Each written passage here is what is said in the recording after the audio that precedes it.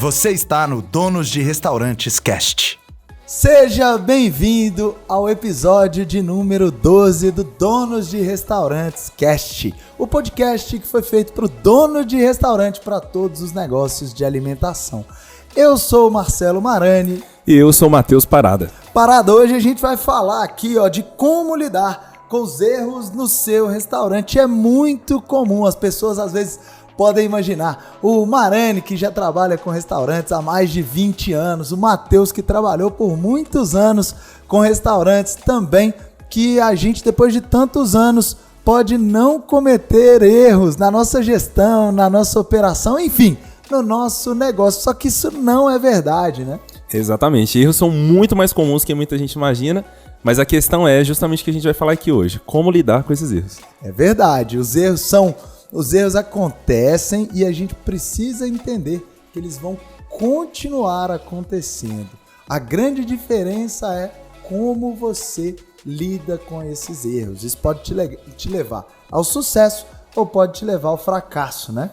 Exatamente. Como o Marcelo falou, já tive bar, restaurante, trabalho com eventos atualmente. Então são áreas bem correlacionadas no sentido de acontece problema o tempo inteiro, erros a todo momento, e é justamente como lida com isso que vai fazer a diferença no final. Pra gente começar aqui, eu vou lá em 1859, Teoria da Evolução de Charles Darwin. Segundo Darwin, só existe evolução porque existem acidentes, erros e enganos. Foi assim também que ele demonstrou que as espécies conseguiam se adaptar, porque muitas delas se reproduziam e, inclusive, nessa reprodução, algumas espécies vinham com um tipo de erro, alguma coisa que não era esperada. Então, os erros são importantíssimos, segundo Charles Darwin. E o que significa o erro? Você sabe na essência da palavra o que significa erro, Matheus? Cara, na essência eu não sei te falar, mas o que você foi a fundo foi nessa história aí. Espero que a galera tenha pegado o comando. Que o Marani foi lá em 1859? Bom, o erro significa que algo saiu diferente do planejado. Ele seguiu um caminho desconhecido e isso pode apresentar um novo benefício. Na essência, errar é humano, né? Sim, totalmente. Então, só que o que a gente precisa fazer é entender esse erro e aprender com os erros para que a gente não cometa novamente ou para que esses erros não nos levem a um fracasso no nosso negócio, né, Matheus? Sim, com certeza. Então, para começar aqui, eu vou contar uma história para que todo mundo entenda que os erros podem servir para o benefício do seu negócio, para a sua evolução como pessoa, como profissional também, né? Sim, e essa história eu já escutei e peço bastante atenção de quem está acompanhando esse podcast aí, que é de muita valência essa história. Então, estava alinhando esse podcast aqui com o Matheus e contei essa história de um cara chamado Albino Ogárrato. E essa história aconteceu em 1965. O Albino, então, era dono de um restaurante onde um grande número de clientes aparecia praticamente todos os dias. Só que nessa época o Albino tinha garçons muito mal treinados, tinha uma empresa que não seguia processos e a todo tempo os garçons então estavam sobrecarregados, os garçons cometiam muitos erros na entrega dos pedidos. Era mais ou menos assim: quem pedia picanha recebia filé mignon, quem pedia linguiça recebia peixe, quem pedia cupim recebia costela. Você consegue imaginar quanta confusão acontecia nesse restaurante, Matheus? Eu consigo imaginar, bate um leve desespero e ainda dá para imaginar que isso acontece muito ainda, inclusive. Eu não sei se você lembra aí no tempo que você tinha um bar, mas eu quero te contar que nos meus restaurantes isso já aconteceu várias vezes. Eu me lembro que em um restaurante que eu tinha em Belo Horizonte, que inclusive quebrou, né? Era um restaurante de parrilla, a gente teve um fracasso nesse restaurante, mas em um dia especial, um grande amigo que eu tenho levou um grande número de convidados, muito maior do que o esperado e foi um caos total. A gente demorou mais de 2 horas para conseguir servir os pratos e foi uma loucura. Mas voltando aqui agora à nossa história, a história do Albino, ele tinha então toda essa confusão, né? De quem pedia picanha recebia filé, quem pedia linguiça recebia peixes, e ali ó, o cliente ficava insatisfeito, ficava impaciente e ficava chateado com o restaurante, né? Eu acho que aquela frase, né? A gente fala, quem tem pressa come cru, só não funciona muito bem para restaurante, porque todo cliente que chega no nosso restaurante não está muito disposto a esperar, né, Matheus? Nem no próprio restaurante, nem no delivery. Vale ressaltar. Muito menos no delivery.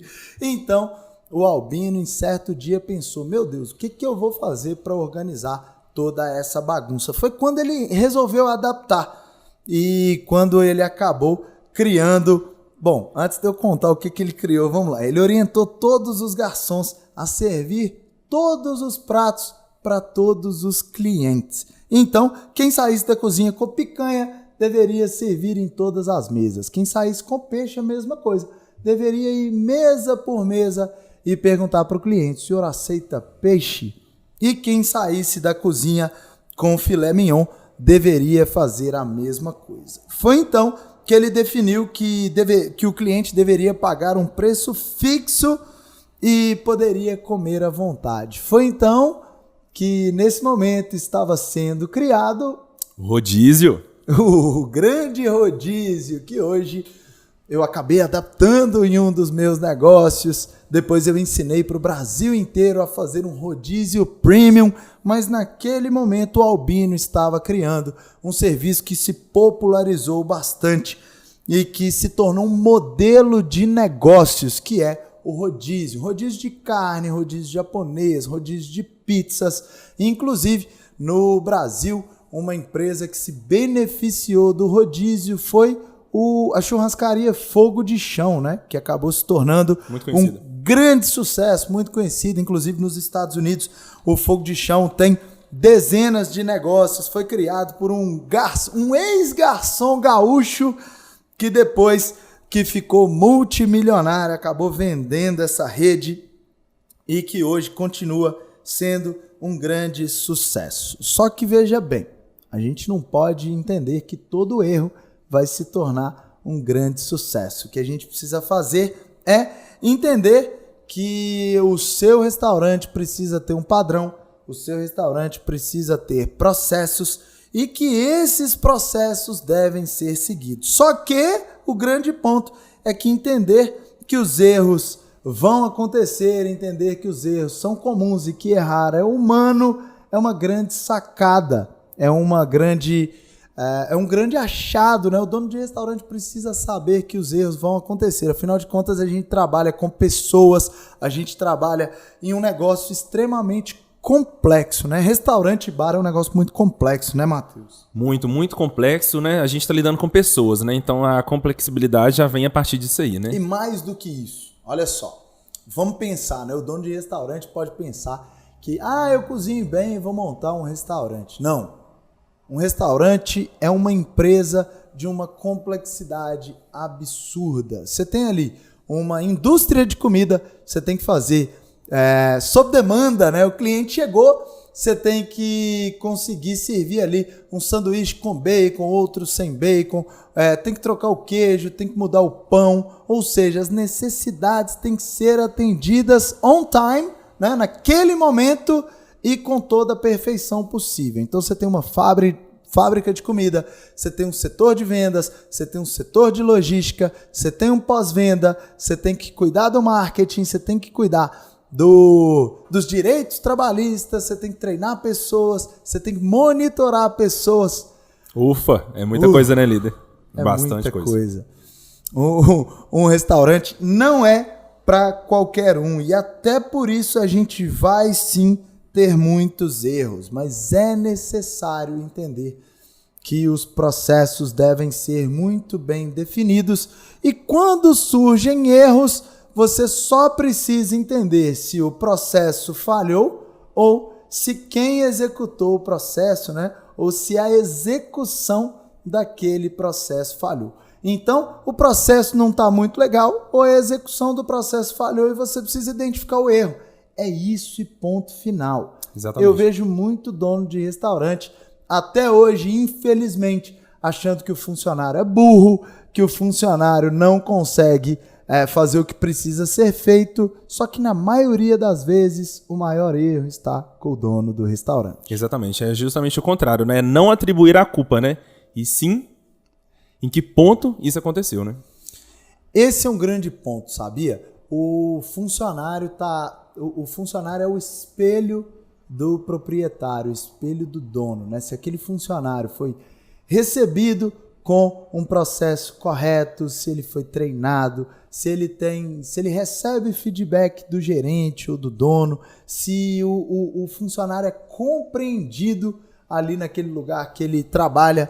Se ele percebeu a importância que ele tem, né, nesse processo também é muito importante. Exatamente, o número de erros vai ser muito reduzido. Só que o que acontece na prática é que a maioria dos donos de restaurantes simplesmente contrata o cara, pede ele para... Ô, João, faz favor, mostra aqui pro Pedro tudo que tem que fazer aí e acompanha ele, por favor, no dia de hoje. Que inclusive era uma coisa que eu fazia muito no início, lá no primeiro ano de bar, eu fiz isso bastante, viu, gente? Confesso. A maioria dos donos de restaurantes fez isso. Eu também fiz isso por muitos e muitos anos, até que eu descobri que existiam formas muito mais inteligentes, formas muito mais produtivas e eficazes de contratar, treinar, monitorar, e aí sim a gente tem um sucesso muito maior no nosso negócio. E o processo deve ser simples, intuitivo e fácil de ser executado. Um bom exemplo porque as pessoas perguntam, né, Marane, como é que eu faço um processo no meu restaurante?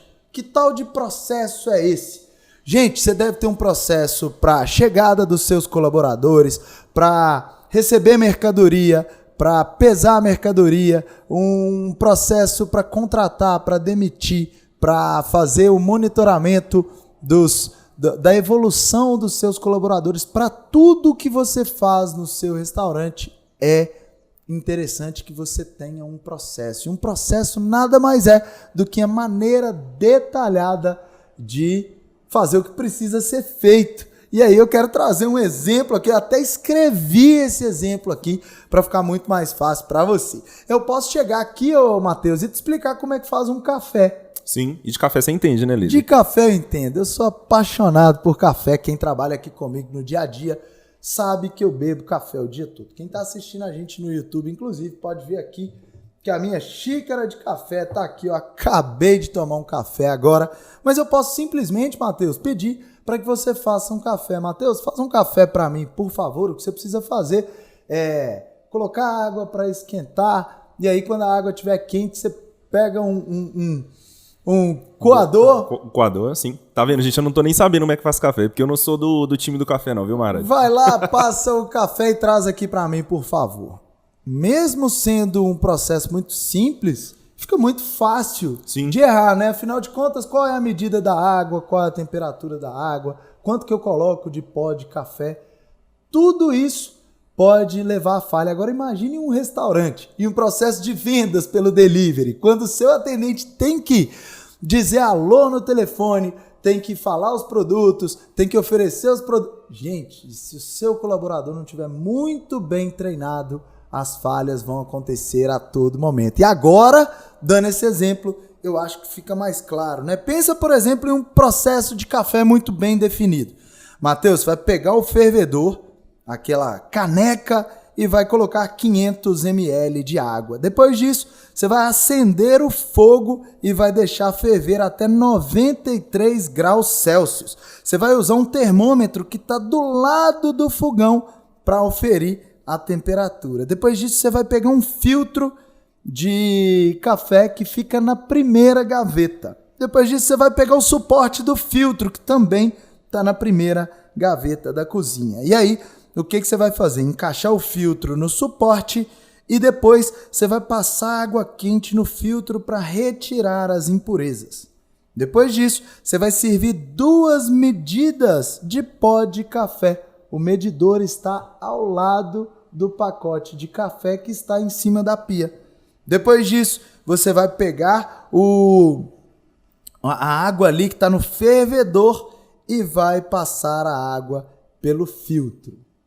O processo fica bem mais fácil, né, Marcelo? Pronto, a visualização fica muito simples. Muito. É quase como se uma pessoa que tem 2 neurônios consiga executar. Exatamente. E aí depois eu vou verificar como é que o Matheus foi lá e executou esse processo. Caso haja falhas, o que eu tenho que verificar é se o processo está bem descrito, se o processo está bem claro, inclusive para quem nunca fez um café. Porque depois que eu treinar o Matheus ali e ele fizer 2 ou 3 vezes já com esse processo nas mãos, mesmo que ele esqueça qualquer detalhe, ele pode voltar a consultar aquele processo e entender se o que ele está fazendo está dentro das expectativas. Ficou mais fácil agora, Matheus? Ficou muito mais fácil. Tudo com processo, né? E bem planejado fica mais fácil. E aí, dentro do nosso restaurante, o que a gente precisa fazer? Verificar. O processo falhou. O que falhou foi quem executou ou o processo pode ser ainda mais claro? Porque os processos podem ser iterativos. Eles podem ter iterações, que essa é a primeira versão do processo, essa é a segunda versão, essa é a terceira versão. E como é que você vai descobrir isso no seu restaurante? Apareceu uma falha? Registra no livro de ocorrências. Eu fui fazer uma venda e às vezes chegou na casa do cliente um produto diferente do que ele esperou. Isso foi uma falha. E aí nas nossas reuniões semanais do restaurante, você vai discute o gerente, todos os envolvidos no processo, para que haja, em primeiro lugar, uma detecção da falha. Deixa eu ver aonde o processo falhou. O cliente esperava que o marmitex dele tivesse acompanhado molho de pimentas, por exemplo. Será que a gente não informou? Será que a expectativa do cliente estava diferente? O que falhou nesse momento para que a gente recebesse uma avaliação ruim? Para que você faça ações corretivas e não volte a falhar nas mesmas coisas. Assim fica muito mais fácil, né, Matheus? Fica com o processo, fica mais claro, né? Fica mais objetivo. Então os processos ali seguindo direitinho ali fica bem mais tranquilo de ser executado. E uma coisa que a gente não pode deixar de contar aqui, Matheus, que é uma falha muito grave, é atribuir a culpa. Essa palavra é muito forte, inclusive, né? A culpa dos erros é do seu colaborador. Geralmente, essa palavra nem deve entrar no dicionário do dono de restaurante, muito menos do gerente, né? A gente trata mais como responsabilidade, né? Exatamente. Principalmente porque se o seu colaborador for culpado de alguma coisa que não deu certo, ele tende muito a ter medo de executar, de trazer novas ideias. Desmotiva. Essa palavra foi muito legal, Matheus. É crucial, né, Marcelo? Uma equipe desmotivada, você tem todos os atributos ali para ter um insucesso muito grande, né? As pessoas me perguntam, Marani, como é que você motiva a sua equipe? Em primeiro lugar, você tem que respeitar o seu colaborador, você tem que acreditar no seu colaborador, você tem que treinar o seu colaborador. Você não pode humilhar esse cara, você não pode colocar esse cara em situação difícil na frente das outras pessoas, porque do contrário, toda oportunidade que ele tiver de te prejudicar, o que ele vai fazer? Vai prejudicar. Vai prejudicar, com certeza absoluta, porque ele está se sentindo mal, está se sentindo desprestigiado. Exatamente, isso pode acontecer de forma direta ou indireta, né? Às vezes não é a intenção dele te prejudicar, mas a desmotivação vai acontecendo de forma natural e acaba que os processos não vão ser feitos da maneira que elas têm que ser feitas. Que qualquer coisa que eu fizer aqui, tá bom. Esse cara vai me xingar, esse cara vai brigar comigo, tudo o que acontece no restaurante, a culpa é minha. Então, exatamente. Eu vou fazer de qualquer jeito, não vai mudar absolutamente nada, né? É isso mesmo. Então, tira essa palavra culpa aí do seu dicionário, passe a trabalhar com processos, trabalhe minuciosamente na detecção de onde aconteceram os erros e aprenda com os erros, né? Divida com seus colaboradores nas reuniões quais foram os erros, o porquê que isso aconteceu e quais serão as ações corretivas e preventivas para que não aconteça no seu restaurante. Inclusive, reuniões semanais, ou sejam mensais ou quinzenais, são pontos assim, cruciais para um bom negócio, né, ser bem desenvolvido, porque os funcionários eles precisam estar ali a parte de tudo que vai acontecer, né, eles sentirem parte daquela empresa ali, que é o que envolve a comunicação da empresa, que é outro ponto muito importante. Todo colaborador quer ser ouvido, quer ser escutado, quer ser respeitado. Essas reuniões semanais é a oportunidade que a gente tem de interação ali, de ver os nossos colaboradores, de conversar com eles, de entender o que está acontecendo na ponta, que às vezes a gente não vê. Por exemplo, quando eu chamo os meus motoboys para conversar, eles me contam várias coisas que eu jamais iria imaginar, porque acontece na casa do cliente. Eu nunca vou à casa do cliente fazer entrega. Então eu preciso manter uma comunicação ativa com os meus moto-entregadores para que eu consiga entender o que está acontecendo na casa do cliente, né? Exatamente. Afinal de contas, eles são a linha de frente, né? Eles são a nossa linha de frente. Então, mais uma vez, Matheus, é um prazer te receber aqui nesse podcast. Vou te convidar outras vezes para estar aqui com a gente, para as pessoas que estão assistindo aí pelo YouTube, já deixa o like aí, já assina o nosso canal para que vocês possam ver o Matheus aqui nas próximas vezes. Para quem está no Spotify ou em qualquer outro canal de áudio, também assina o nosso canal aí para que vocês possam estar com a gente. Toda terça-feira, né, Matheus? Tem podcast aqui no Donos de Restaurantes. Isso, toda terça. E eu quero te ver aqui em outras oportunidades. Claro, a satisfação foi imensa estar compartilhando aqui com vocês um pouquinho daquilo que a gente sabe, né? Tantas histórias boas que são histórias que ainda vão vir a acontecer, muitas coisas legais que o Marcelo está compartilhando. Não deixe de acompanhar as redes sociais do portal Donos de Restaurantes e eu estou à disposição também. Então é isso, líder. Eu espero que você tenha aproveitado tanto que eu e o Matheus aproveitamos aqui. E não deixe que esse podcast seja apenas mais um instrumento para te sacudir aí e trazer novas ideias. Começa a colocar em ação imediatamente. Vai lá no Instagram, comenta comigo, me manda um direct contando o que você aprendeu, quais foram as suas melhores sacadas desse podcast. Eu vou te responder pessoalmente. Então é isso, eu te vejo no topo. Valeu, líder!